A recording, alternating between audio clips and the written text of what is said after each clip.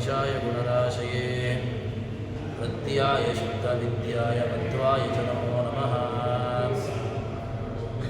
बुद्धिर्बलं यशोधैर्यं निर्भयत्वम् अरोगता अजाड्यं वाक्पटं चाहनो मत्स्मरणां भवेत्।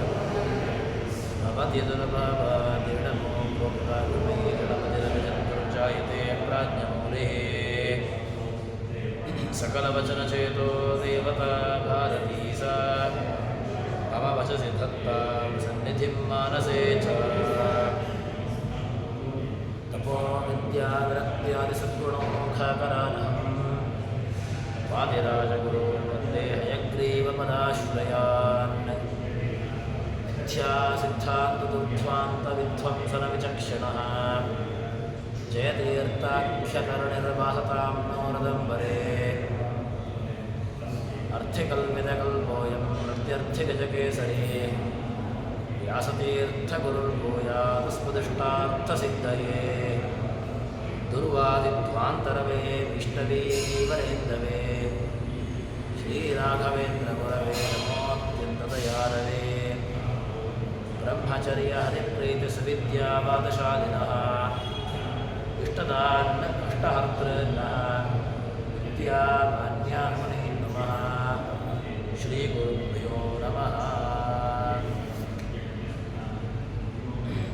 ಭಗವಂತನಲ್ಲಿ ಲಕ್ಷ್ಮಿಯ ರೂಪಗಳು ಯಾವ ರೀತಿಯಾಗಿ ವಿಹಾರವನ್ನು ಮಾಡ್ತವೆ ಎಂಬುದಕ್ಕೆ ಉತ್ತರವನ್ನು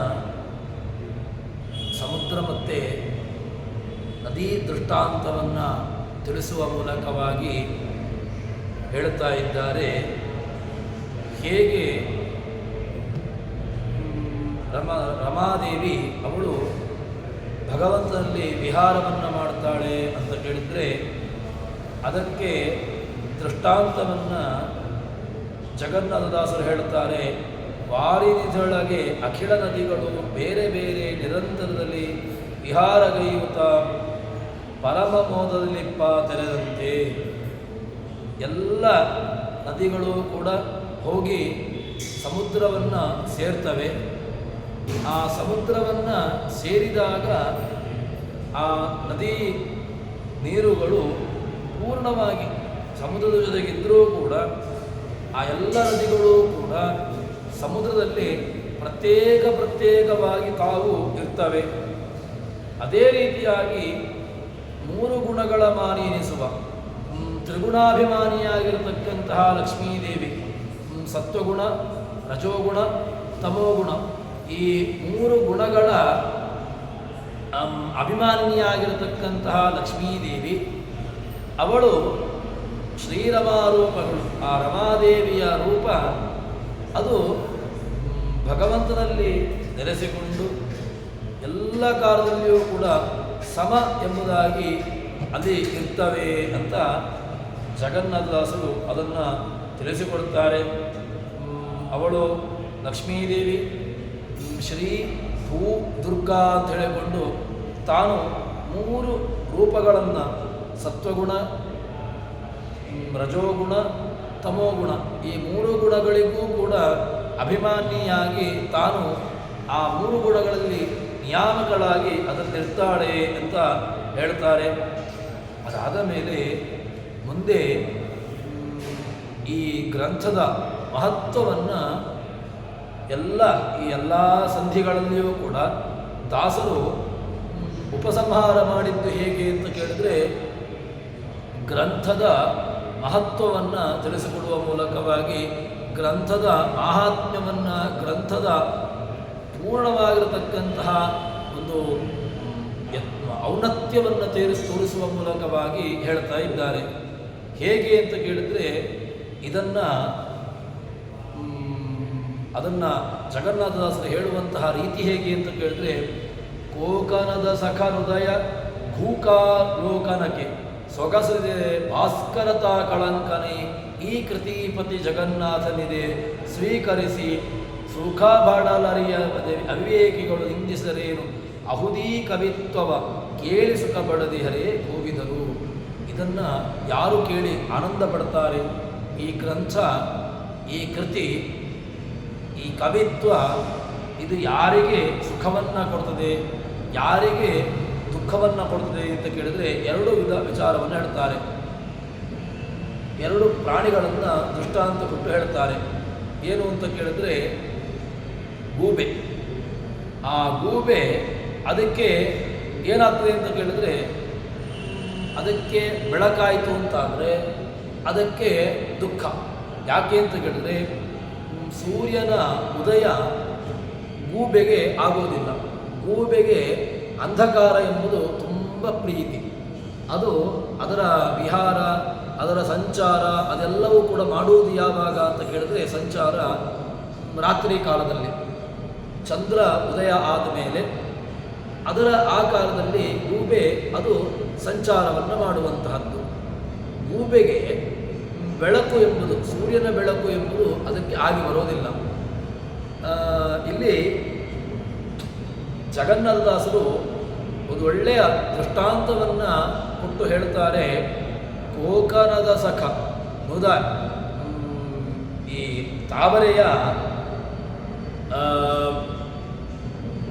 ತಾವರೆಗೆ ಅದರ ಉದಯ ಅದು ಅರಳುವುದು ಯಾವಾಗ ಅಂತ ಕೇಳಿದ್ರೆ ಸೂರ್ಯೋದಯದಲ್ಲಿ. ಸೂರ್ಯೋದಯ ಆಯಿತು ಅಂತಾದರೆ ಸೂರ್ಯೋದಯದ ಕಾಲದಲ್ಲಿ ತಾವರೆಗಳು ಅರಳುತ್ತವೆ. ತಾವರೆಗೆ ಆನಂದ, ಅದು ಮೊಗ್ಗಿದ್ದದ್ದು ಅದು ಅರಳಿ ಬಿಡ್ತದೆ.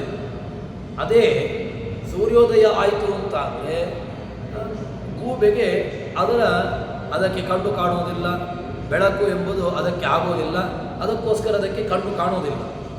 ಅದೇ ರೀತಿಯಾಗಿ ಇಲ್ಲಿ ಹೇಳ್ತಾರೆ, ಕೋಕನದ ಸಖನುದಯ, ತಾವರೆಗೆ ಸಖನಾಗಿರತಕ್ಕಂತಹ ಅವನು ಅಂದರೆ ಸೂರ್ಯ, ಅವನು ಉದಯ ಆದ ಅಂತ ಹೇಳಿದರೆ ಭೂಕಾಲೋಕನಕ್ಕೆ ಈ ಗೂಬೆಗಳು ಅದು ಅದಕ್ಕೆ ಕಣ್ಣು ಎಂಬುದು ಕಾಣುವುದಿಲ್ಲ. ಆದ್ದರಿಂದ ಅದಕ್ಕೆ ಸೂರ್ಯನಿಗೆ ಏನಾದರೂ ಕಳಂಕ ಉಂಟಾ? ಸೂರ್ಯನಿಗೆ ಸೂರ್ಯ ಬೆಳಕನ್ನು ಮಾಡಿ ಬೆಳಗಿದ ಅಂತ ಹೇಳಿದರೆ ಅದರದ್ದೇನಾದರೂ ಕೂಡ ತಪ್ಪುಂಟ? ಅಥವಾ ಸೂರ್ಯನಿಗೇನಾದರೂ ಕಳಂಕನ? ಏನು ಕಳಂಕವೂ ಇಲ್ಲ. ಗೂಬೆಗೆ ಕಣ್ಣು ಕಾಣುವುದಿಲ್ಲ ಎಂಬುದು ಗೂಬೆಯ ಸಮಸ್ಯೆ. ಅದರಿಂದ ಸೂರ್ಯನಿಗೆ ಯಾವುದೇ ರೀತಿಯಾಗಿರತಕ್ಕಂತಹ ಕಳಂಕ ಅದಿಲ್ಲವೇ ಇಲ್ಲ. ಅವನು ಯಾವತ್ತೂ ಕೂಡ ತನ್ನ ಕಾರ್ಯವನ್ನು ಮಾಡಿಯೇ ಮಾಡ್ತಾನೆ. ಅದೇ ರೀತಿಯಾಗಿ ಇಲ್ಲಿ ಹೇಳ್ತಾರೆ, ಭೂಕಾಲೋಕನಕ್ಕೆ ಸೊಗಸಿದಿರಿ ಭಾಸ್ಕರ. ಗೂಬೆಗೆ ಅದಕ್ಕೆ ಅವನಿಗೆ ಸೂರ್ಯ ಕಂಡ್ರೆ ಆಗುವುದಿಲ್ಲ ಅಷ್ಟೇ ಹೊರತು ಸೂರ್ಯನಿಗೆ ಇದರಿಂದ ಯಾವುದೇ ರೀತಿಯಾಗಿರತಕ್ಕಂತಹ ಕಳಂಕವನ್ನು ನಾವು ಕಲ್ಪನೆ ಮಾಡಬೇಕು ಅಂತಿಲ್ಲ, ಆರೋಪವನ್ನು ಮಾಡಬೇಕು ಅಂತಲೂ ಇಲ್ಲ. ಅದೇ ರೀತಿಯಾಗಿ ಈ ಕೃತಿಪತಿ ಜಗನ್ನಾಥನಿದ್ರೆ ಈ ಕೃತಿಗೆ ಒಡೆಯ ಯಾರು, ಸ್ವಾಮಿ ಯಾರು ಅಂತ ಕೇಳಿದ್ರೆ ಜಗನ್ನಾಥ, ಭಗವಂತ, ಜಗತ್ತಿಗೆ ಸ್ವಾಮಿಯಾಗಿರತಕ್ಕಂತಹ, ಜಗತ್ತನ್ನೇ ತನ್ನ ಅಧೀನದಲ್ಲಿಟ್ಟುಕೊಂಡಿರತಕ್ಕಂತಹ ಭಗವಂತ ಈ ಕೃತಿಗೆ ಅವನು ಸ್ವಾಮಿ. ಅಂತಹ ಜಗನ್ನಾಥನ ಒಡೆತನದಲ್ಲಿರತಕ್ಕಂತಹ ಈ ಕೃತಿ ಅದನ್ನು ಯಾರು ಸ್ವೀಕಾರ ಮಾಡ್ತಾರೆ ಅಂತ ಕೇಳಿದ್ರೆ ಈ ಕವಿತ್ವವ ಕೇಳಿ ಸುಖ ಪಡ್ತಾರೆ ಕೋವಿದರು. ಇದನ್ನು ಜ್ಞಾನಿಗಳು ಈ ಕವಿಯನ್ನು, ಈ ಕವಿತ್ವವನ್ನು ಆನಂದ ಪಟ್ಟೇ ಪಡ್ತಾರೆ. ಅಜ್ಞಾನಿಗಳಿಗೆ, ಅವರಿಗೆ ಅವಿವೇಕಿಗಳಿಗೆ ನಿಂದಿಸಿದರೆ ಇದು ಫಲ. ಅವಿವೇಕಿಗಳಿಗೆ ಅವರಿಗೆ ನಿಂದನೆಯನ್ನು ಮಾಡುವಂತಹದ್ದೇ. ಒಂದಷ್ಟು ಜನ ಇರ್ತಾರೆ, ಅವರದ್ದೇನು ಕೆಲಸ ಅಂತ ಕೇಳಿದರೆ ನಿಂದನೆಯನ್ನು ಮಾಡುವಂತಹದ್ದೇ. ಅವರಿಗೆ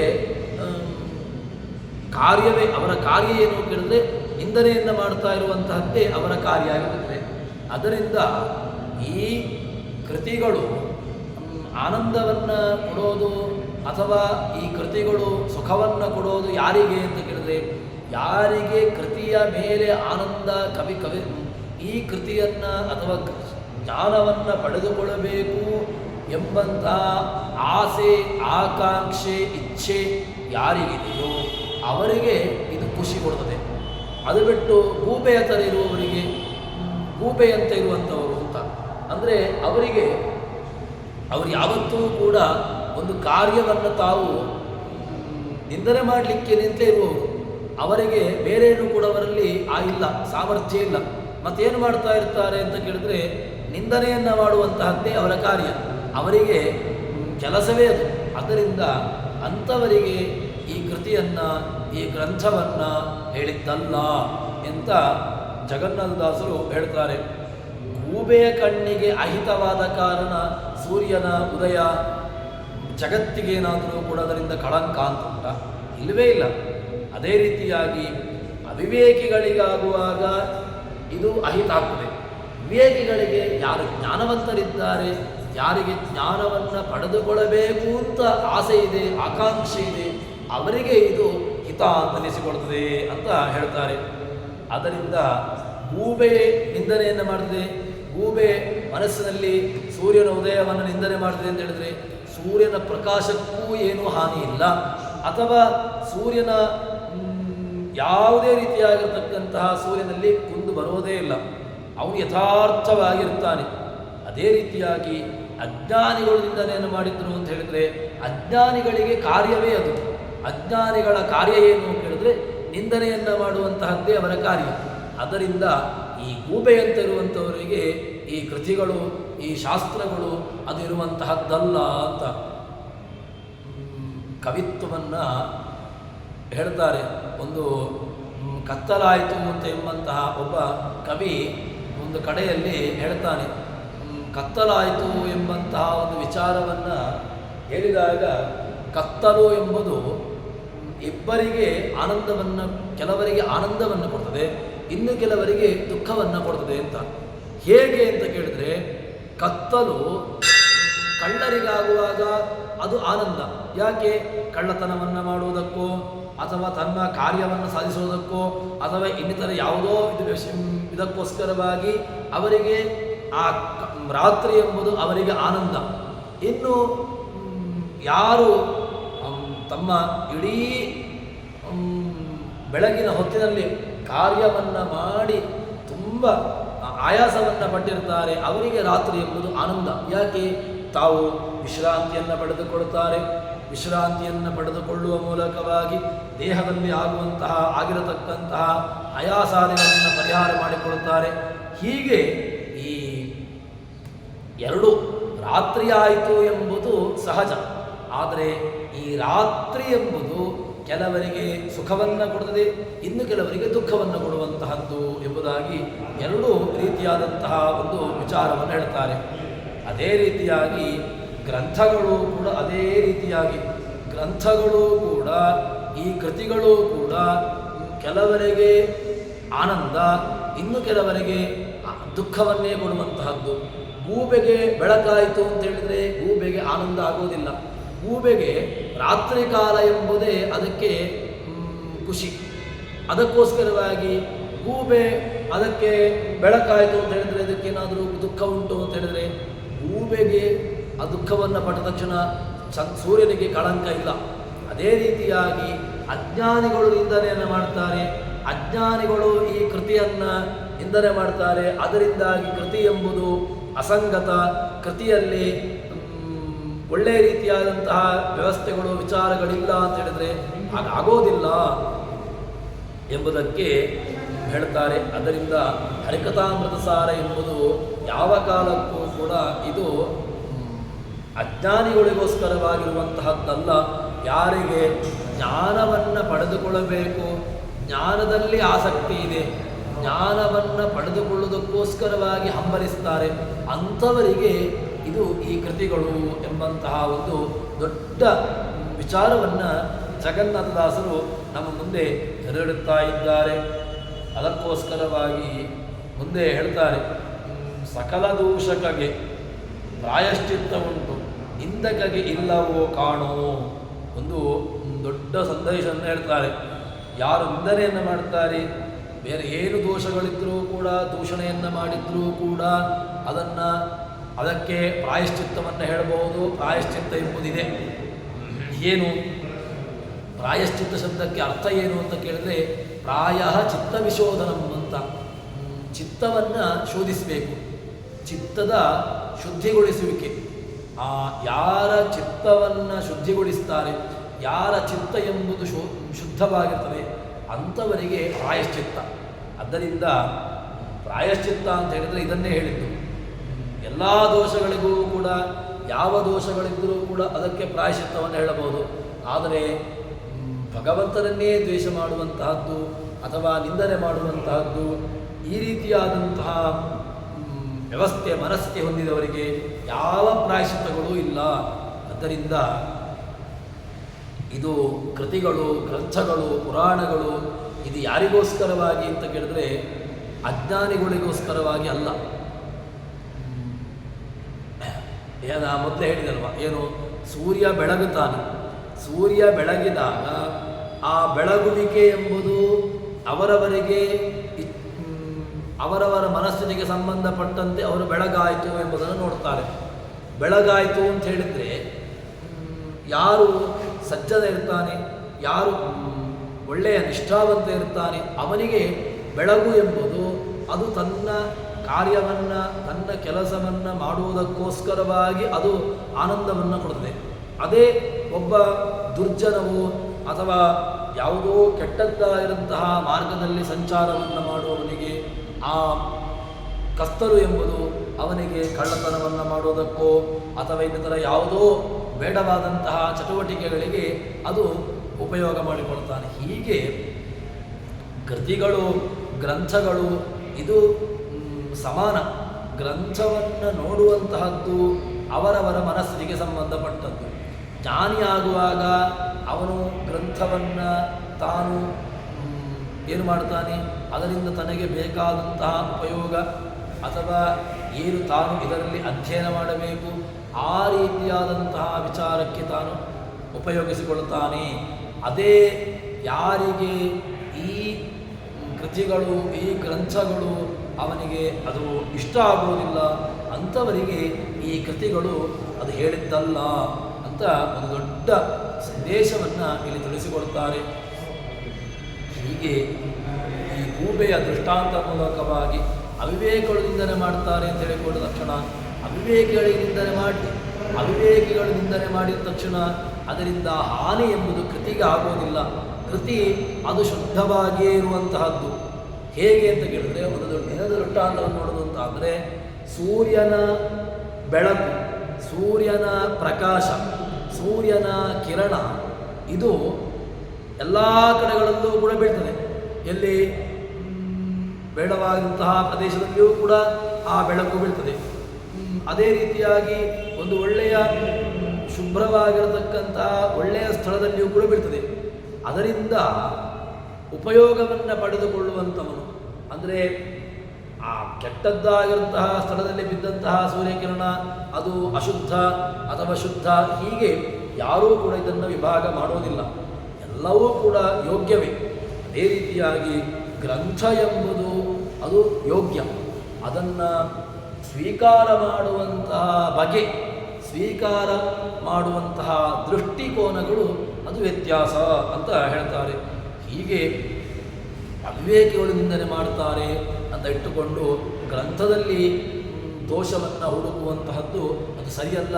ಗ್ರಂಥ ಅದು ಉಪಯೋಗವಿಲ್ಲ ಎಂಬುದನ್ನು ಕೂಡ ಹೇಳಬಾರದು ಅಂತ ಈ ರೀತಿಯಾಗಿ ನಮ್ಮನ್ನು ಎಚ್ಚರಿಸುತ್ತಾರೆ. ಕವಿತ್ವವನ್ನು ಇದನ್ನು ಯಾರು ಜ್ಞಾನಿಗಳಿದ್ದಾರೆ, ಈ ಕವಿತ್ವದಲ್ಲಿ ಆಸಕ್ತಿ ಇದೆ, ಕವಿತ್ವವನ್ನು ತಿಳಿದುಕೊಳ್ಳಬೇಕು, ಈ ವಿಚಾರವನ್ನು ತಾವು ಪಡೆದುಕೊಳ್ಳಬೇಕು, ತಿಳಿದುಕೊಳ್ಳಬೇಕು ಎಂಬಂತಹ ಇಚ್ಛೆ ಆಕಾಂಕ್ಷೆ ಯಾರಿಗಿದೆ ಅವರು ಈ ವಿಚಾರವನ್ನು ಚೆನ್ನಾಗಿ ಅಧ್ಯಯನ ಮಾಡ್ತಾರೆ, ಅವರು ಇದನ್ನು ಪುರಸ್ಕರಿಸ್ತಾರೆ ಎಂಬಂತಹ ವಿಚಾರವನ್ನು ಜಗನ್ನಾಥದಾಸರು ನಮಗೆ ತಿಳಿಸಿಕೊಡ್ತಾರೆ. ಅದಾದ ಮೇಲೆ ಭಗವಂತ ಚೇತನಾಚೇತನಗಳಲ್ಲಿ, ಭಗವಂತ ಮುಖ್ಯಪ್ರಾಣದ ಒಳಗಡೆ ಯಾವ ರೀತಿಯಾಗಿ ತಾನು ಇದ್ದಾನೆ, ಮುಖ್ಯಪ್ರಾಣಾಂತರ್ಗತನಾಗಿರತಕ್ಕಂತಹ ಭಗವಂತ ಯಾವ ರೀತಿಯಾಗಿದ್ದಾನೆ ಎಂಬುದಾಗಿ ಉತ್ತರವನ್ನು ಕೊಡ್ತಾರೆ.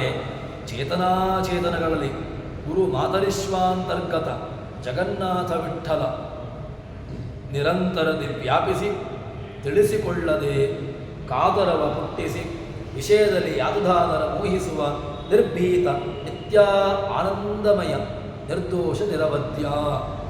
ಭಗವಂತನನ್ನು ಒಂದಷ್ಟು ವಿಶೇಷಣಗಳಲ್ಲಿ ಇಲ್ಲಿ ಹೇಳ್ತಾರೆ. ಅವನನ್ನು ಸ್ತೋತ್ರ ಮಾಡ್ತಾರೆ.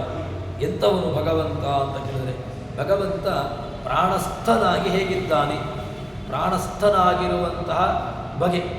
ಭಗವಂತನನ್ನು ನಾವು ಉಪಾಸನೆ ಮಾಡಬೇಕು ಅಂತಾದರೆ ಅದಕ್ಕಿರತಕ್ಕಂತಹ ಮಾರ್ಗ ಇದೆ.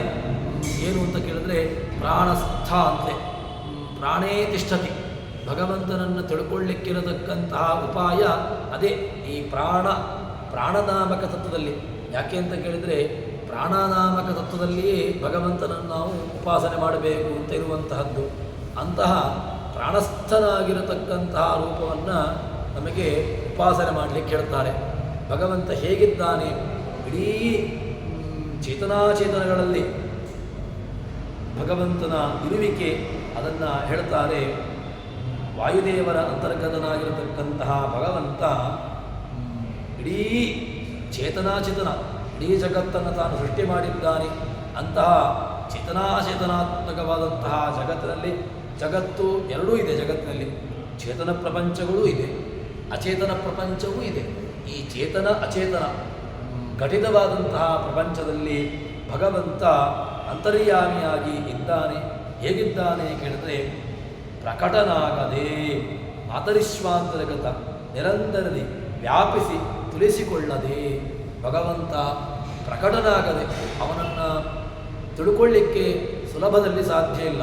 ಅವನು ಅದರಲ್ಲಿ ಇದ್ದಾನೆ, ಆದರೆ ಯಾರಿಗೂ ಕೂಡ ತಾನಿದ್ದಾನೆ ಎಂಬಂತಹ ಒಂದು ಇರುವಿಕೆಯನ್ನು ಯಾರಿಗೂ ಕೂಡ ತೋರಿಸಿಕೊಡೋದಿಲ್ಲ. ಅದನ್ನು ತೋರಿಸಿಕೊಡದೆ ಮತ್ತೆ ಕಾತರವ ಪುಟ್ಟಿಸಿ ಅವನು ಏನು ಮಾಡ್ತಾನೆ ಅಂತ ಕೇಳಿದ್ರೆ ವಿಷಯಗಳಲ್ಲಿ ತಾನು ಆಸಕ್ತಿಯನ್ನು ಬೆಳೆಸ್ತಾನೆ. ದೈತ್ಯರಿಗೆ ಏನು ಮಾಡ್ತಾನೆ, ಜಡವಾಗಿರತಕ್ಕಂತಹ ವ್ಯವಸ್ಥೆಯಲ್ಲಿ ಅಥವಾ ಯಾವುದೋ ವೈಷಯಿಕಸವಾಗಿರತಕ್ಕಂತಹ ಪದಾರ್ಥಗಳಲ್ಲಿ ಅವರಿಗೆ ಮೋಹವನ್ನು ಬರುವಂತೆ ಮಾಡ್ತಾನೆ. ತಾನೇ ಒಳಗಿಂದ ಇದ್ದುಕೊಂಡು ಆ ಹೊರಗಿನ ಬಾಹ್ಯ ಪ್ರಪಂಚದಲ್ಲಿ ಮೋಹ ಬರುವಂತೆ ತಾನು ಮಾಡ್ತಾನೆ. ಕಾತರವ ಪುಟ್ಟಿಸಿ ವಿಷಯದಲ್ಲಿ ಯಾದುದಾದರ ಮೋಹಿಸುವ ಭಗವಂತ ಯಾವ ರೀತಿಯಾಗಿ ಯಾದುದಾದರಿಗೆ ದೈತ್ಯರಿಗೆ ಯಾವ ರೀತಿಯಾಗಿ ತಾನು ಮೋಹವನ್ನು ಗೊಳಿಸ್ತಾನೋ ಆ ರೀತಿಯಾಗಿ ಭಗವಂತ ಇರ್ತಾನೆ. ಆದರೆ ಭಗವಂತ ಮಾತ್ರ ಮೋಹಿಸ್ತಾ ಇದ್ದವರನ್ನು ಮೋಹವನ್ನು ಕೊಡ್ತಾನೆ.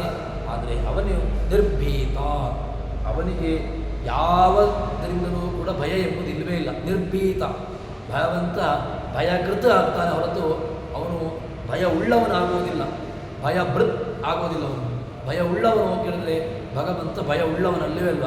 ಭಗವಂತ ಭಯಕೃತ್ ಭಯನಾಶನ, ಭಯವನ್ನು ಹುಟ್ಟಿಸಿ ಭಯವನ್ನು ನಾಶ ಮಾಡುತ್ತಾನೆ. ನಿರ್ಭೀತ, ಅವನನ್ನು ಹೇಗೆ ನಾವು ಉಪಾಸನೆ ಮಾಡಬೇಕು, ಹೇಗೆ ತಿಳ್ಕೊಳ್ಬೇಕು. ನಿರ್ಭೀತ, ಭೀತಿ ಎಂಬುದು ಅವನಲ್ಲಿಲ್ಲ.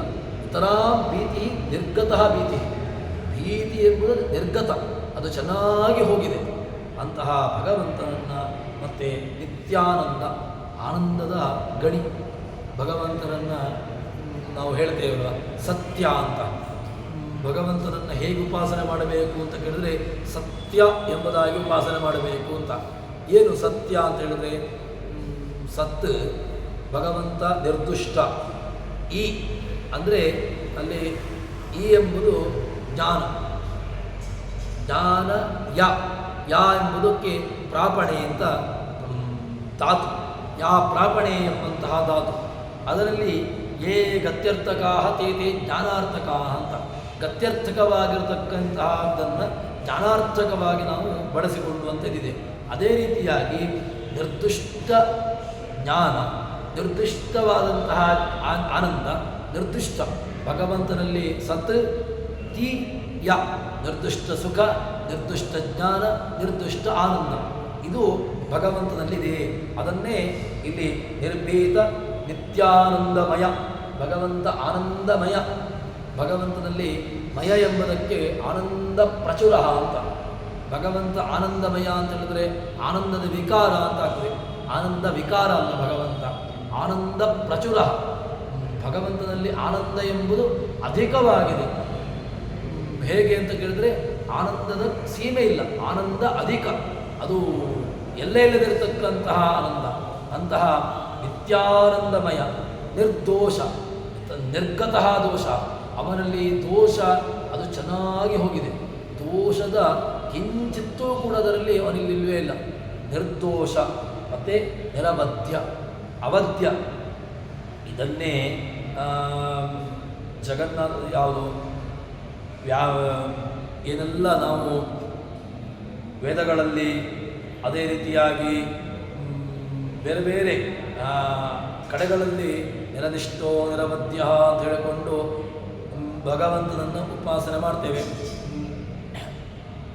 ಅಂತಹ ಭಗವಂತ ಪರಾ ಪೂರ್ವೇಶಾಂ ಸಖ್ಯಾವೃಣಕ್ತೆ ತರ್ತರಾಣೋ ಅಪರೇ ಬೆರೇತಿ ಅನಾಹುತಿರ್ಭೋತಿರ್ಭವದುನ್ಮಾನ ಪೂರ್ವೇರಂತರ ಸಂತರದೇತಿ.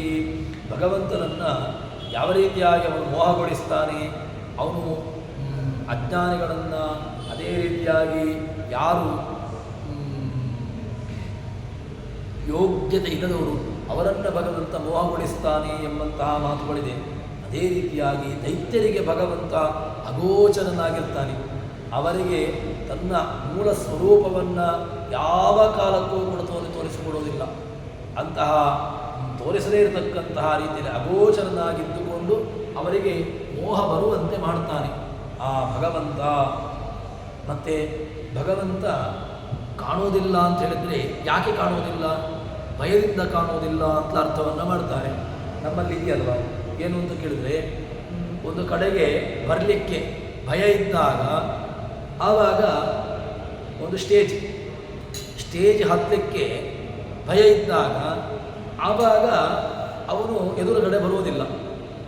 ಆ ರೀತಿಯಾಗಿ ಏನಾದರೂ ಕೂಡ ಭಯ ಉಂಟಾ? ಭಗವಂತ ಎದುರುಗಡೆ ಅವನನ್ನು ಹೇಳ್ತಾರಲ್ವ, ತಾ ಕಳಂಕನೆ ಏನು ನಿರಂತರ ವ್ಯಾಪಿಸಿ ತಿಳಿಸಿಕೊಳ್ಳದೆ ಅಂತ. ಭಗವಂತ ಯಾರಿಗೂ ಕೂಡ ತಿಳಿಸಿಕೊಡೋದಿಲ್ಲ, ಯಾರಿಗೂ ಕೂಡ ತಾನು ಪ್ರಕಟನಾಗೋದಿಲ್ಲ ಅಂತ ಹೇಳಿದರೆ, ಪ್ರಕಟನಾಗದಿರುವುದಕ್ಕೆ ಕಾರಣ ಏನು? ಪ್ರಕಟನಾಗೋದಿಲ್ಲ ಅಂತ ಹೇಳಿದರೆ ಏನಾದರೂ ಕೂಡ ಭಯದಿಂದಾಗಿ ಅವನು ಪ್ರಕಟನಾಗೋದಿಲ್ಲ. ಬಂದರೆ ಯಾರಾದರೂ ಏನಾದರೂ ಮಾಡ್ತಾರೆ ಅಥವಾ ಇನ್ನಿತರ ಏನೋ ಒಂದು ಕಾರಣದಿಂದಾಗಿ ಭಗವಂತ ಪ್ರಕಟನಾಗುವುದಿಲ್ಲ, ಹೀಗೇನಾದರೂ ಕೂಡ ಅರ್ಥವೋ ಇಲ್ಲ. ಅದಕ್ಕೆ ಶಬ್ದವನ್ನು ಹೇಳಿದ್ದು ಅವನು ನಿರ್ಭೀತ. ಭಗವಂತನಲ್ಲಿ ಭೀತಿ ಎಂಬುದು ಅದು ಹೋಗಿದೆ, ಭಯ ಎಂಬುದು ಅವನ ಹತ್ತಿರಕ್ಕೂ ಬರುವುದಿಲ್ಲ. ನಿರ್ಭೀತ ಅಂತ ಅದಕ್ಕೆ ಹೇಳ್ತಾರೆ. ಸರಿ, ನಿರ್ಭೀತ ಮತ್ತು ಅವನಲ್ಲಿ ದೋಷ ಉಂಟಾಗಿದೆ ಅಂತ ಕೇಳಿದರೆ ಅದೂ ಇಲ್ಲ.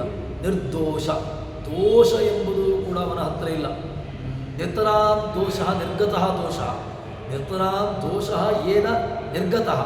ದೋಷಗಳು ಯಾರಿಂದ ದೂರಕ್ಕೆ ಹೋಗಿದೆಯೋ ಅವನು ನಿರ್ದೋಷ, ಅದನ್ನೇ ಹೇಳ್ತಾರೆ. ಮತ್ತು ನಿರವಧ್ಯ, ಭಗವಂತ ಎಂಥವನು ಕೇಳಿದ್ರೆ ನಿರನಿಷ್ಠೋ ನಿರವಧ್ಯ ನಿರಾಖ್ಯಾತ ಶುದ್ಧೋ ಏವ ನಾರಾಯಣ ಅಂತ ಅವನನ್ನು ಉಪನಿಷತ್ತುಗಳು ಕೊಂಡಾಡಿರತಕ್ಕಂತಹದ್ದು. ಅಂತಹ ಭಗವಂತನನ್ನು ಅವಧ್ಯ, ಏನು ನಿಂದ್ಯ, ನಿಂದ್ಯ ಅಲ್ಲದೇ ಇರಿದವನು. ಭಗವಂತ ನಿಂದ್ಯ ಅಲ್ಲ ಅಂತ ಆದರೆ ಏನಾಯಿತು? ವಂದ್ಯ. ಯಾರಲ್ಲಿ ಯಾರು ನಿಂದ್ಯ ಅಲ್ಲವೋ ಅವನೇನು ನಿಂದ್ಯ ಅಲ್ಲ ಅಂತ ಅಂದರೆ ಅವನು ವಂದ್ಯನೇ ಆಗ್ತಾನೆ. ಅಂದರೆ ಯಾರು ನಿಂದ್ಯರಲ್ಲ ಅಂತ ಹೇಳಿದ ಮೇಲೆ ವಂದ್ಯ, ಸ್ತುತ್ಯರ್ಹ ಅಂತ ಅವನನ್ನು ಹೇಳ್ತಾರೆ. ಆದ್ದರಿಂದ ಭಗವಂತನನ್ನು ನಾವು ನಿರನಿಷ್ಠ ನಿರವಧ್ಯ ಇದನ್ನೇ ವಾದಿರಾಜರು ತಮ್ಮ ಕೃತಿಯಲ್ಲಿ ಲಕ್ಷ್ಮೀ ಶೋಭಾನೆಯಲ್ಲಿ ತಾವು ಹೇಳ್ತಾರೆ. ಏನು ಅಂತ ಕೇಳಿದ್ರೆ, ಭಗವಂತನನ್ನು ನಿರನಿಷ್ಠ ನಿರವಧ್ಯ ಅಂತ ಹೇಳಿಕೊಂಡು ಅವನನ್ನು ಉಪಾಸನೆ ಮಾಡಬೇಕು, ಅವನನ್ನು ಆ ರೀತಿಯಾಗಿ ನೀವು ಹೇಳಬೇಕು ಅಂತ ಉಪಾಸನೆ ಮಾಡಬೇಕು ಎಂಬಂತಹ ಮಾತುಗಳನ್ನೆಲ್ಲ ಹೇಳಿದ್ದಾರೆ. ಆದ್ದರಿಂದ ಅಂತಹ ಭಗವಂತನನ್ನು ನಾವು ಉಪಾಸನೆ ಮಾಡುವಾಗ ಹೇಗೆ ನಾವು ಉಪಾಸನೆ ಮಾಡಬೇಕು ಅಂತ ಕೇಳಿದ್ರೆ ಇದೇ. ಈ ಎಲ್ಲ ಭಗವಂತನ ಉಪಾಸನೆ ಯಾವುದು ಈ ನಿಂದ್ಯವಾದಂತಹ ಗುಣಗಳು, ನಿಂದ್ಯವಾದಂತಹ ಯಾವುದೂ ಕೂಡ ಅವನಲ್ಲಿಲ್ಲ. ಸ್ತುತ್ಯರ್ಹವಾದಂತಹದ್ದೇ ಎಲ್ಲವೂ ಕೂಡ. ಭಗವಂತನನ್ನು ನಾವು ಹೇಗೆ ನೋಡಿದ್ರೂ ಕೂಡ ಸ್ತುತಿ ಮಾಡಲಿಕ್ಕೇನೆ ಅರ್ಹನಾಗ್ತಾನೆ ಹೊರತು ಅವನನ್ನು ನಿಂದನೆ ಮಾಡಲಿಕ್ಕೆ ಅವನಲ್ಲಿ ಯಾವುದೇ ರೀತಿಯಾಗಿರತಕ್ಕಂತಹ ಕಾರಣಗಳಿಲ್ಲ. ಅವನು ಸ್ತುತ್ಯರ್ಹನೇ ಎಂಬಂತಹ ಮಾತುಗಳನ್ನು ಹೇಳ್ತಾರೆ. ಅದಕ್ಕೋಸ್ಕರ ಆ ಮಾತನ್ನು ಇಲ್ಲಿ ಹೇಳ್ತಾರೆ. ಹೀಗೆ ಅವನನ್ನು ಉಪಾಸನೆ ಮಾಡು. ಹೀಗೆ ಅವನಿದ್ದುಕೊಂಡು ಭಗವಂತನನ್ನು ಹೇಗೆ ನಾವು ಉಪಾಸನೆ ಮಾಡಬೇಕು ಅಂತ ಆಯ್ತದಕ್ಕೆ ಮಾತರಿಶ್ವಾಂತರ್ಗತ ಭಗವಂತನನ್ನು ಉಪಾಸನೆ ಮಾಡುವಂತಹ ಬಗೆ, ಉಪಾಸನೆಗಿರುವಂತಹ ರೀತಿ ಹೇಗೆ ಅಂತ ಕೇಳಿದರೆ ಮಾತರಿಶ್ವನ್ ಭಗವಂತ ಮಾತರಿಶ್ವಾಂತರ್ಗತ ಪ್ರಾಣಸ್ಥ ಪ್ರಾಣೇ ತಿಷ್ಠತಿ ಪ್ರಾಣನಲ್ಲಿ ತಾನಿದ್ದುಕೊಂಡು ಪ್ರಾಣನಾಮಕನಾಗಿ ಪ್ರಾಣ ಮುಖ್ಯ ಪ್ರಾಣನಾಗಿ ಮುಖ್ಯ ಪ್ರಾಣೇನ ಪ್ರೇರಿತ ಸನ್ ಅಂತ ನಾವು ಎಲ್ಲ ಕಡೆಗಳಲ್ಲೂ ಕೂಡ ನಾವು ಇದನ್ನು ಅನ್ವಯ ಮಾಡಿಕೊಳ್ಳಬೇಕು. ಏನು ಕಾರ್ಯಗಳಿದ್ದರೂ ಕೂಡ, ಏನೇ ಕಾರ್ಯಗಳು ಆಗುವುದಾದರೂ ಕೂಡ ಅಥವಾ ಮಾಡುವುದಿದ್ದರೂ ಕೂಡ ಮುಖ್ಯ ಪ್ರಾಣೇನ ಪ್ರೇರಿತ ಸನ್ ಪ್ರಾಣ ಪ್ರೇರಿತ ಸನ್ ಮುಖ್ಯ ಪ್ರಾಣೇನ ಪ್ರಾಣ ಪ್ರೇರಿತ ಪ್ರಾಣ ಎಂಬುದು ಪ್ರೇರಕ, ಈರ ಪ್ರೇರಣೆ ಅಂತಹ ಪ್ರಾಣಶಕ್ತಿಯಿಂದ ಪ್ರೇರೇಪಟ್ಟವನಾಗಿ ಅವನು ಕಾರ್ಯವನ್ನು ಮಾಡ್ತಾನೆ ಅಂತ ಹೇಳ್ತಾರೆ. ಇಲ್ಲಿ ಮಾತರಿಶ್ವ ಎಂಬುದಕ್ಕೆ ಅದು ಪ್ರಾಣದೇವರಿಗೆ ಹೆಸರು. ಅಮರಕಾರ ಅವನು ಇದನ್ನು ಪ್ರಯೋಗ ಮಾಡಿದ್ದಾನೆ. ಮಾತರಿಶ್ವನ್ ಎಂಬುದಕ್ಕೆ ಪಂಡಿತಾಚಾರ್ಯರು ಕೂಡ ನಮ್ಮ ವಾಯುಸ್ಥಿತಿಯಲ್ಲಿ ಅದನ್ನು ಪ್ರಯೋಗ ಮಾಡಿದ್ದಾರೆ. ಇಲ್ಲಿ ಅಮರಕಾರನೂ ಕೂಡ ಶ್ವಸನ ಸ್ಪರ್ಶನೋ ವಾಯು ಮಾತರಿಶ್ವ ಸದಾಗತಿ ಮಾತರಿಶ್ವ ಎಂಬುದಕ್ಕೆ ಅದು ಪ್ರಾಣನಿಗೆ ಅಮರ ಪ್ರಾಣನ ಪರ್ಯಾಯ ಪದಗಳು. ಆದ್ದರಿಂದ ಆ ಪ್ರಾಣನಲ್ಲಿ ಇರುವಂತಹ ಶಕ್ತಿ ಪ್ರಾಣ ಪ್ರೇರಕನಾಗಿ ಪ್ರಾಣ ಪ್ರೇರಿತನಾಗಿ ಇದ್ದಾನೆ ಎಂಬುದನ್ನು ನಾವು ಉಪಾಸನೆ ಮಾಡಬೇಕು ಎಂಬುದನ್ನು ಹೇಳಿದ ಹಾಗಾಯಿತು. ಎಲ್ಲ ಉಪಾಸನೆಗಳು ನಮಗೆ ಬೇಕಾಗಿರತಕ್ಕಂತಹದ್ದು. ನಾವು ಆ ರೀತಿಯಾದಂತಹ ಉಪಾಸನೆಯನ್ನು ಮಾಡುವ ಮೂಲಕವಾಗಿ ನಮ್ಮ ಏಳಿಗೆಯನ್ನು ನಮಗೆ ಯಾವುದು ಯೋಗ್ಯ ಆ ರೀತಿಯಾದಂತಹದ್ದನ್ನು ನಾವು ಪಡೆದುಕೊಳ್ಳಬೇಕು ಎಂಬುದನ್ನು ಹೇಳ್ತಾರೆ. ಇದನ್ನು ಆ ಪ್ರಾಣಶಕ್ತಿಯ ವಿಚಾರವನ್ನು ಅದಕ್ಕೋಸ್ಕರವಾಗಿ ಪ್ರಾಣ ಎಂಬುದು ಬೇಕು. ಯಾಕೆ ಅಂತ ಹೇಳಿದ್ರೆ ಪ್ರಾಣ ಇಲ್ಲ ಅಂತಾದರೆ, ಪ್ರಾಣಶಕ್ತಿ ಇಲ್ಲ ಅಂತಾದರೆ ಯಾವುದೂ ಕೂಡ ಆಗಲಿಕ್ಕೆ ಸಾಧ್ಯವೇ ಇಲ್ಲ. ಅದಕ್ಕೋಸ್ಕರ ಪ್ರಾಣನನ್ನು ನಾವು ಇಟ್ಟುಕೊಂಡು ಪ್ರಾಣ ಪ್ರೇರಿತನನ್ನು ಆ ಭಗವಂತನನ್ನು ಮುಖ್ಯ ಪ್ರಾಣ ಯಾರು ಕೇಳಿದ್ರೆ ಪ್ರಾಣನಿಗೂ ಪ್ರಾಣನಾಗಿರ್ತಕ್ಕಂಥವನು. ಅಂತಹ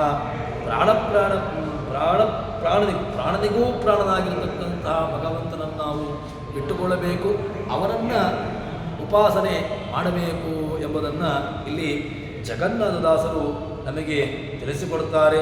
ಈ ಎಲ್ಲ ಉಪಾಸನೆಗಳನ್ನು ಮಾಡಿಕೊಂಡು ನಾವು ನಮ್ಮ ಮುಂದಿನ ಏನು ಮೋಕ್ಷದ ವ್ಯವಸ್ಥೆಗೆ ನಾವು ಮುಂದಾಗಬೇಕು ಎಂಬಂತಹ ವಿಚಾರವನ್ನು ಇಲ್ಲಿ ಹೇಳ್ತಾರೆ. ಅದಾದ ಮೇಲೆ ಮುಂದಿನ ಈ ಹಿಂದಿನ ಇಷ್ಟೆಲ್ಲ ಜೀವನದ ಪ್ರಕ್ರಿಯಾ ಸಂಧಿ ಎಂಬಂತಹ ಸಂಧಿಯಲ್ಲಿ ಇಷ್ಟು ವಿಚಾರಗಳನ್ನು ಜಗನ್ನಾಥದಾಸರು ಹೇಳಿ ನಮಗೆ ಪ್ರಾಣಶಕ್ತಿ ಎಂಬುದು ಅತೀ ಅವಶ್ಯಕ, ಪ್ರಾಣಪ್ರೇರಕನಾಗಿರ್ತಕ್ಕಂತಹ ಭಗವಂತನನ್ನು ತದ್ರೀತ್ಯ ಉಪಾಸನೆ ಮಾಡಬೇಕು. ಆ ರೀತಿಯಾಗಿ ಭಗವಂತನನ್ನು ನಾವು ಪಡೆದುಕೊಳ್ಳಬೇಕು. ಅವನ ಯೋಗವನ್ನು, ಸಾಹಿತ್ಯವನ್ನು ಅಥವಾ ಮೋಕ್ಷವನ್ನು ಪಡೆದುಕೊಳ್ಳಬೇಕು ಎಂಬುದನ್ನು ಹೇಳಿ ಮುಂದೆ ಶ್ವಾಸಸಂಧಿ ಅಂತ ಹೇಳಿಕೊಂಡು 15ನೆಯ ಸಂಧಿಯನ್ನು ಜಗನ್ನಾಥದಾಸರು ಆರಂಭ ಮಾಡುತ್ತಾರೆ. 15ನೆಯ ಸಂಧಿಯಾಗಿರತಕ್ಕಂತಹದ್ದು ಈ ಶ್ವಾಸಸಂಧಿ ಅಂತ. ನಮ್ಮ ಪ್ರಾಣ ಮುಖ್ಯ ಪ್ರಾಣನ ನಮ್ಮ ಏನು ದೇಹದಲ್ಲಿ ಇದ್ದುಕೊಂಡು ಒಳಗಡೆಯಿಂದ ನಾವು ಶ್ವಾಸೋಚ್ಛ್ವಾಸವನ್ನು ಮಾಡ್ತೇವೆ. ಆ ಶ್ವಾಸೋಚ್ಛ್ವಾಸವಾದಂತಹ ಕ್ರಿಯೆ ಅದು ಯಾರು ಮಾಡ್ತಾರೆ, ಯಾವ ರೀತಿಯಾಗಿರ್ತಕ್ಕಂತಹ ಕಾರ್ಯಗಳು ಅದರಲ್ಲಿ ನಡೀತದೆ, ಎಲ್ಲ ವಿಚಾರಗಳನ್ನು ಕೂಡ ಇಲ್ಲಿ ಹೇಳ್ತಾರೆ. ಭಾರತೀಶನು ಗಳಿಗೆಯಳು 360 ಶಿರ ಜಪಗಳ ರಚಿಸುವನು ಸರ್ವಜೀವರೊಳಗಿರುತ್ತು ಬೇಸರದೆ ಕಾರುಣಿಕ ಅವರವರ ಸಾಧನ ಪೂರೈಸಿ ಭೂನರಕ ಸ್ವರ್ಗವ ಸೇರಿಸುವ ಸರ್ವಜ್ಞ ಸಕಲೇಷ್ಟ ಪ್ರದಾಯಕ. ಭಗವಂತನನ್ನು ಇಲ್ಲಿ ತುಂಬ ವಿಶೇಷವಾಗಿರತಕ್ಕಂತಹ ರೀತಿಯಲ್ಲಿ ಹೇಳ್ತಾರೆ. ಏನು ಅಂತ ಕೇಳಿದ್ರೆ ಒಟ್ಟು ವಾಯುದೇವರು ಎಲ್ಲ ಜೀವರಾಶಿಗಳಲ್ಲಿಯೂ ಕೂಡ ಇದ್ದುಕೊಂಡು ಮಾಡುವಂತಹ ಶ್ವಾಸೋಚ್ಛ್ವಾಸದ ಸಂಖ್ಯೆಯನ್ನು ಇಲ್ಲಿ ಕೊಡುತ್ತಾರೆ. ಘಳಿಗೆಯಲ್ಲಿ ಶ್ವಾಸಗಳು ಹಂಸಸ್ಸೋಹಂ ಸ್ವಾಹ ಎಂಬಂತಹ ಮಂತ್ರ 1 ತಾಸು ಅಂದರೆ 2.5 ಘಳಿಗೆ 900 ಶ್ವಾಸೋಚ್ಛ್ವಾಸಗಳಾಗ್ತವೆ. ಅದಾದ ಮೇಲೆ 2 ಯಾಮ ಅಂದರೆ 6 ಗಂಟೆ ಎಂದಿಟ್ಟುಕೊಂಡ್ರೆ ಅಲ್ಲಿ 5400 ಶ್ವಾಸೋಚ್ಛ್ವಾಸಗಳು ನಡೀತವೆ.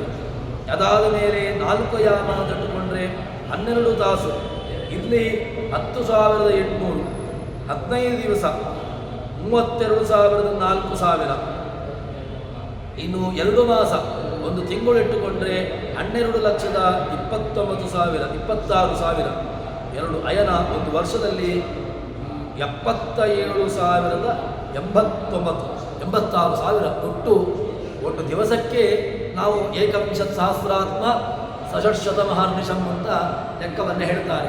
21,600 ಬಾರಿ ಒಬ್ಬ ಶ್ವಾಸೋಚ್ಛ್ವಾಸವನ್ನು ಮಾಡ್ತಾನೆ ಅಂತ. ಅದರಿಂದ ಈ ಲೆಕ್ಕವನ್ನು ಒಂದು ದೊಡ್ಡದಾದಂತಹ ಲೆಕ್ಕವನ್ನು ಕೊಡ್ತಾರೆ. ಅದು ಎಷ್ಟು ಅಂತ ಕೇಳಿದ್ರೆ ಒಂದು ಘಳಿಗೆಯಲ್ಲಿ 360 ಶ್ವಾಸೋಚ್ಛ್ವಾಸವನ್ನು ಪ್ರಾಣದೇವರು ಮಾಡುತ್ತಾರೆ. ಪ್ರಾತರ್ಯೋಗೋ ಮಹಾನಯಂ ಅಂತ ಹೇಳಿಕೊಂಡು ಆಚಾರ್ಯರ ಮಾತನ್ನು ನಾವು ನೆನಪಿಸಿಕೊಳ್ಬಹುದು. ಏನು ಅಂತ ಕೇಳಿದ್ರೆ ಪ್ರಾಣದೇವರು ಏನು ಮಾಡ್ತಾರೆ ಅಂತ ಕೇಳಿದ್ರೆ 1,000,000 ಸಷಟ್ಶತ ಮಹರ್ನಿಶಂ ಅರ್ಪಣೀಯೋ ಹರೋ ನಿತ್ಯಂ ಪ್ರಾತರ್ಯೋಗೋ ಮಹಾನಯಂ ಅಂತ ಹೇಳಿಕೊಂಡು ಆಚಾರ್ಯರ ಮಾತು. ಆಚಾರ್ಯರು ನಮಗೆ ಲೆಕ್ಕವನ್ನು ಸಮೇತ ಕೊಡ್ತಾರೆ. ಒಂದೊಂದು ದೇಹದಲ್ಲಿ ಜೀವರಾಶಿಗಳಲ್ಲಿ ಇದ್ದುಕೊಂಡು ಎಷ್ಟು ಸಂಖ್ಯೆಯಿಂದ ಅವನು ಶ್ವಾಸೋಚ್ಛ್ವಾಸವನ್ನು ಮಾಡ್ತಾನೆ, ಆ ಶ್ವಾಸೋಚ್ಛ್ವಾಸದ ಸಂಖ್ಯೆಯ ಲೆಕ್ಕವನ್ನು ಸಮೇತ ನಮಗೆ ಕೊಡ್ತಾರೆ. ಇಲ್ಲಿ ಪ್ರತ್ಯೇಕವಾಗಿ ಒಂದು ಸಂಖ್ಯೆಯನ್ನು ಹೇಳ್ತಾರೆ. ಭಾರತೀಶರು ಗಳಿಗೆಗಳು 360 ಶ್ವಾಸೋಚ್ಛ್ವಾಸವನ್ನು ಮಾಡ್ತಾನೆ ಅಂತ. ಇಲ್ಲಿ ಎಲ್ಲ ವಿಧವಾಗಿರತಕ್ಕಂತಹ ಜೀವರಾಶಿಗಳು ಅಂತ ಹೇಳ್ತಾರೆ. ಯಾರು ಸಾತ್ವಿಕ ಜೀವರಾಶಿಗಳು, ರಾಜಸ ಜೀವರಾಶಿಗಳು, ತಾಮಸ ಜೀವರಾಶಿಗಳು ಈ ರೀತಿಯಾದದ್ದಲ್ಲ. ಎಲ್ಲ ಜೀವರಾಶಿಗಳಲ್ಲಿಯೂ ಕೂಡ ಶ್ವಾಸೋಚ್ಛ್ವಾಸ ಎಂಬುದು ಕಾಮನ್. ಯಾರೂ ಕೂಡ ಹುಟ್ಟಿದಾಗಿನಿಂದ ನಾನು ಶ್ವಾಸೋಚ್ಛ್ವಾಸವನ್ನು ಮಾಡದೆ ಒಂದು 6 ವರ್ಷಗಳ ಕಾಲ ನಾನು ಶ್ವಾಸೋಚ್ಛ್ವಾಸವನ್ನು ಮಾಡಿಲ್ಲ, ಮತ್ತೆ ಒಂದು 6 ವರ್ಷಗಳ ಮೇಲೆ ನಾನು ಶ್ವಾಸೋಚ್ಛ್ವಾಸವನ್ನು ಮಾಡಲಿಕ್ಕೆ ಶುರು ಮಾಡಿದ್ದು ಅಂತ ಯಾರೂ ಕೂಡ ಆ ರೀತಿಯಾಗಿ ಹೇಳೋದೇ ಇಲ್ಲ. ಹುಟ್ಟಿದ ಗಳಿಗೆಯಿಂದ ಶ್ವಾಸೋಚ್ಛ್ವಾಸವನ್ನು ಆರಂಭ ಮಾಡಿರ್ತಾನೆ. ಒಳಗಿನೂ ಕೂಡ ತಾಯಿಯ ಗರ್ಭದಲ್ಲಿಯೂ ಕೂಡ ಶ್ವಾಸೋಚ್ಛ್ವಾಸವನ್ನು ಅಲ್ಲಿ ಭಗವಂತ ಮಾಡಿಸ್ತಾನೆ. ಅದರಲ್ಲಿ ಈಗ ಹೇಳ್ತಾರೆ, ಒಂದು ಘಳಿಗೆಯಲ್ಲಿ 360 ಶ್ವಾಸೋಚ್ಛ್ವಾಸಗಳನ್ನು ಪ್ರಾಣದೇವರು ಮಾಡ್ತಾರೆ. ಹೇಗೆ ಮಾಡ್ತಾರೆ ಕೇಳಿದ್ರೆ ಅದಕ್ಕೆ ಒಂದು ವಿಶೇಷಣವನ್ನು ಕೊಡ್ತಾರೆ.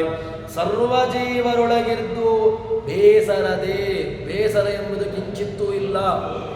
ಅವರು ಶ್ವಾಸೋಚ್ಛ್ವಾಸವನ್ನು ಮಾಡ್ತಾರೆ. ಬೇಸರ ಉಂಟಾ, ದುಃಖ ಉಂಟಾ ಕೇಳಿದ್ರೆ ಇಲ್ಲವೇ ಇಲ್ಲ. ಆನಂದವಾಗಿ ಹಂಸನಾಮಕನಾದಂತಹ ಭಗವಂತನ ರೂಪದ ಚಿಂತನೆಯನ್ನು ಎಲ್ಲ ಜೀವರಾಶಿಗಳಲ್ಲಿದ್ದುಕೊಂಡು ಅವರು ಮಾಡ್ತಾರೆ. ಮತ್ತೆ ಏನು ಮಾಡ್ತಾನೆ ಕೇಳಿದ್ರೆ ಸರ್ವಜ್ಞರು. ಪ್ರಾಣದೇವರಿಗೆ ಹೆಸರು ಏನು ಕೇಳಿದ್ರೆ ಸರ್ವಜ್ಞ ಅಂತ ಕರೀತಾರೆ. ಯಾಕೆ ಸರ್ವಜ್ಞರು?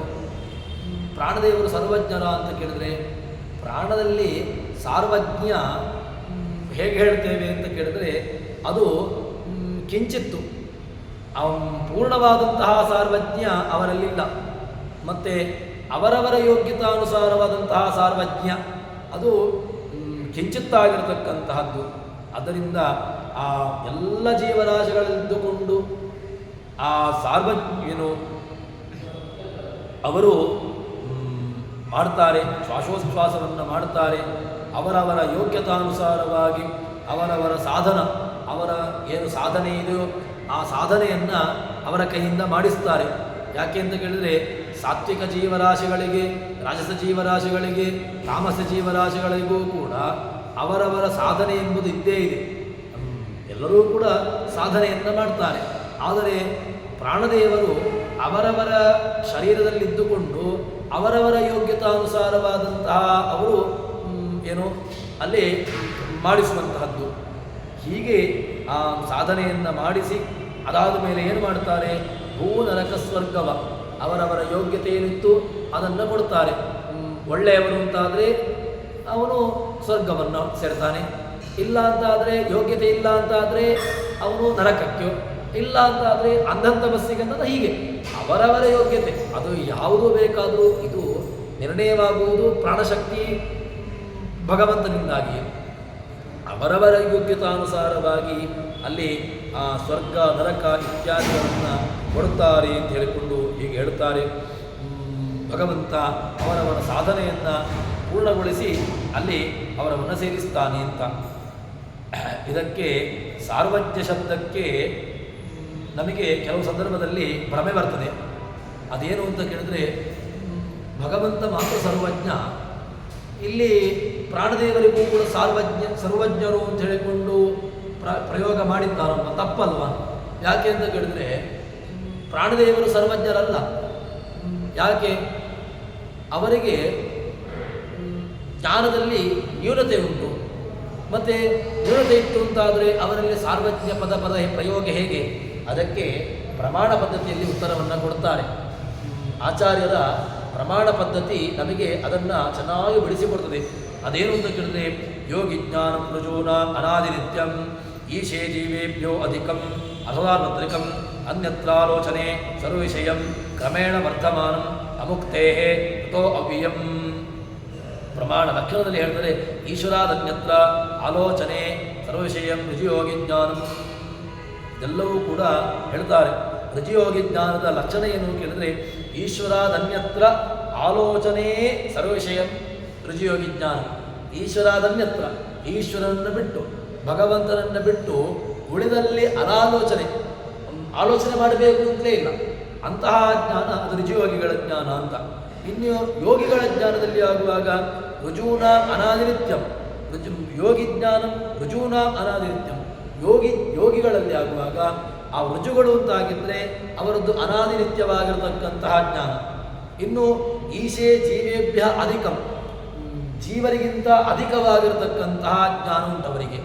ಮತ್ತು ಅಸಾರ್ವತ್ರಿಕಂ ಅದು ಸಾರ್ವತ್ರಿಕ ಅಲ್ಲ, ಅಸಾರ್ವತ್ರಿಕವಾದಂತಹದ್ದು. ಎಲ್ಲ ಕಡೆಗಳಲ್ಲೂ ಕೂಡ ಒಂದೇ ರೀತಿಯಾಗಿರಬೇಕು ಅಂತೇನಿಲ್ಲ. ಮತ್ತು ಅನ್ಯತ್ರ ಆಲೋಚನೆ ಸರ್ವವಿಷಯ ಜ್ಞಾನ. ಬೇರೆ ಕಡೆಗಳಲ್ಲಿ ಆಗುವಾಗ ಆಲೋಚನೆ ಮಾಡಬೇಕು ಅಂತ ಇಲ್ಲ. ಭಗವಂತನಲ್ಲಿ ಆಗುವಾಗ ಅವರು ಆಲೋಚನೆ ಮಾಡಿ ಜ್ಞಾನವನ್ನು ಪಡೆದುಕೊಂಡು ಬೇರೆ ಬೇರೆ ವಿಚಾರಗಳನ್ನು ತಿಳಿದುಕೊಂಡು ಅವರು ಅಲ್ಲಿ ಭಗವಂತನನ್ನು ತಿಳ್ಕೊಳ್ಬೇಕು. ಇದು ಆದ್ದರಿಂದ ಇಲ್ಲಿ ಪ್ರಯೋಗ ಮಾಡಿದ್ದು ಸರ್ವಜ್ಞರು ಅಂತ ಹೇಳಿದರೆ ಬೇರೆ ಕಡೆಗಳಲ್ಲೂ ಕೂಡ ಪ್ರಯೋಗವನ್ನು ನಾವು ಮಾಡ್ತೇವೆ. ಸರ್ವಜ್ಞ ಶಬ್ದಕ್ಕೆ ಸರ್ವಜ್ಞ ಕಲ್ಪರು ಅಂತ ಅರ್ಥವನ್ನು ಮಾಡಿ ಅಷ್ಟೇ. ನೀವು ಸರ್ವಜ್ಞರು ಅಂತ ಹೇಳಿದರೆ ಎಲ್ಲ ತಿಳ್ಕೊಂಡವರು ಅಂತ ಅರ್ಥವನ್ನು ಮಾಡಿದರೆ ಆವಾಗ ನಿಮಗೆ ದೋಷ. ಇಲ್ಲದಿದ್ದರೆ ಸರ್ವಜ್ಞ ಕಲ್ಪರು ಅಂತ ಹೇಳಿದರೆ ಸರ್ವಜ್ಞ ಅಂತೆ ಅಂದರೆ ಕಿಂಚಿತ್ ಜ್ಞಾನ. ಭಗವಂತನನ್ನು ಬಿಟ್ಟು ಉಳಿದಂತಹ ಕಡೆಗಳಲ್ಲಿ ಭಗವಂತ ಅಂತ ಹೇಳಿದರೆ ಭಗವಂತ ಪ್ರಾಣ ಮತ್ತು ಲಕ್ಷ್ಮೀದೇವಿ ಇವರನ್ನು ಬಿಟ್ಟು ಆ ಉಳಿದಂತಹ ವಿಚಾರಗಳಲ್ಲಿ ಅವರಿಗೆ ಜ್ಞಾನ ಎಂಬುದು ಚೆನ್ನಾಗಿ ಇದೆ. ಉಳಿದಂಥ ಈ ಎಲ್ಲ ವಿಚಾರಗಳು ಅವರಿಗೆ ಚೆನ್ನಾಗಿ ಗೊತ್ತಾಗ್ತದೆ ಎಂಬಂತಹ ವಿಚಾರವನ್ನು ಹೇಳ್ತಾರೆ. ಸರಿ, ಪ್ರಾಣದೇವರು ಏನು ಮಾಡ್ತಾರೆ ಅಂತ ಕೇಳಿದ್ರೆ ಹೇಳಿದ್ದೇವಲ್ವ, ಪಂಡಿತಾಚಾರ್ಯ ಹೇಳಿದ್ದಾರಲ್ವ. ಏನು ಹೇಳಿದ್ದಾರೆ ಅಂತ ಕೇಳಿದ್ರೆ, ತ್ರಿದೇವದರೆಯ ಭೂ ಗೋಚರ ನಿತ್ಯಬದ್ಧ ಅಂತ ಹೇಳಿಕೊಂಡು ನಿತ್ಯಬದ್ಧರು ನಿತ್ಯ ಸಂಸಾರಿಗಳು ಇವರನ್ನು ಒಂದೊಂದು ಕಡೆಗಳಲ್ಲಿ ಒಂದೊಂದು ರೀತಿಯಾಗಿ ವ್ಯವಸ್ಥೆ ಮಾಡ್ತಾರೆ. ಒಂದಾ ತ್ರಿದಿವ ಅಂದರೆ ತ್ರಿದಿವ ಅಂತ ಹೇಳಿದ್ರೆ ಸ್ವರ್ಗ, ಇಲ್ಲ ಅಂದರೆ ತ್ರಿದಿವ ಭೂಮಿಯಲ್ಲಿ, ಇಲ್ಲ ನರಕ. ಒಂದ ಭೂಮಿ, ಒಂದ ಸ್ವರ್ಗ, ಒಂದು ನರಕ, ಈ ರೀತಿಯಾದಂತಹ ವ್ಯವಸ್ಥೆಯನ್ನು ಮಾಡ್ತಾರೆ. ಆದ್ದರಿಂದ ಪ್ರಾಣನ ವ್ಯವಸ್ಥೆಯನ್ನು ನಾವು ತಿಳ್ಕೊಳ್ಳಬೇಕು ಅಂತಾದರೆ ಪ್ರಾಣ ಪ್ರೇರಕನಾಗಿರ್ತಕ್ಕಂತಹ ಭಗವಂತ, ಪ್ರಾಣ ನಿಯಾಮಕನಾಗಿರ್ತಕ್ಕಂತಹ ಭಗವಂತನನ್ನು ತಿಳ್ಕೊಳ್ಳಬೇಕು. ಅದಕ್ಕೋಸ್ಕರವಾಗಿ ನಾವು ಏನು ದಿನದಲ್ಲಿ ನಾವು ಏನು ಶ್ವಾಸೋಚ್ಛ್ವಾಸವನ್ನು ಮಾಡ್ತೇವೆ ಇದನ್ನು ಆ ಭಗವಂತನಿಗೆ ಅರ್ಪಣೆ ಮಾಡುವ ಮೂಲಕವಾಗಿ ಪ್ರಾಣದೇವರು ತಮ್ಮ ಕಾರ್ಯವನ್ನು ಮಾಡ್ತಾರೆ. ಅದನ್ನು ನಾವು ಕೂಡ ಆ ಚಿಂತನೆಯಲ್ಲಿ ಬದುಕಿದಾಗ ಮಾತ್ರ ಈ ಎಲ್ಲ ಪ್ರಾಣದ ಮೇಲ ಮೂಲಕವಾಗಿ ಆಗುವಂತಹ ಕಾರ್ಯಗಳು ಅದು ಭಗವಂತನಿಗೆ ಪ್ರೀತಿದಾಯಕವಾಗ್ತದೆ ಎಂಬಂತಹ ವಿಚಾರವನ್ನು ದಾಸರು ನಮಗೆ ಏನು ಶಾಸ್ತ್ರಗಳಲ್ಲಿ ಹೇಳಿದ್ದಾರೆ ಅದನ್ನು ಇಲ್ಲಿ ತಿಳಿಸಿಕೊಡ್ತಾ ಇದ್ದಾರೆ. ಇನ್ನು ಮುಂದೆಯೂ ಕೂಡ ಈ ಶ್ವಾಸದ ಏನು ಶ್ವಾಸೋಚ್ಛ್ವಾಸ ಪ್ರಾಣನ ಸಾಮರ್ಥ್ಯವನ್ನು ಪ್ರಾಣನ ಶಕ್ತಿಯನ್ನು ಮುಂದಿನ ಪದ್ಯಗಳಲ್ಲಿಯೂ ಕೂಡ ಹೇಳ್ತಾರೆ. ಅದನ್ನು ಮುಂದೆ ನೋಡೋಣ ಅಂತ ಹೇಳುವಲ್ಲಿ ಹರಿಪ್ರಿಯತಾಂ ಶ್ರೀಕೃಷ್ಣಾರ್ಪಿತಮಸ್ತು.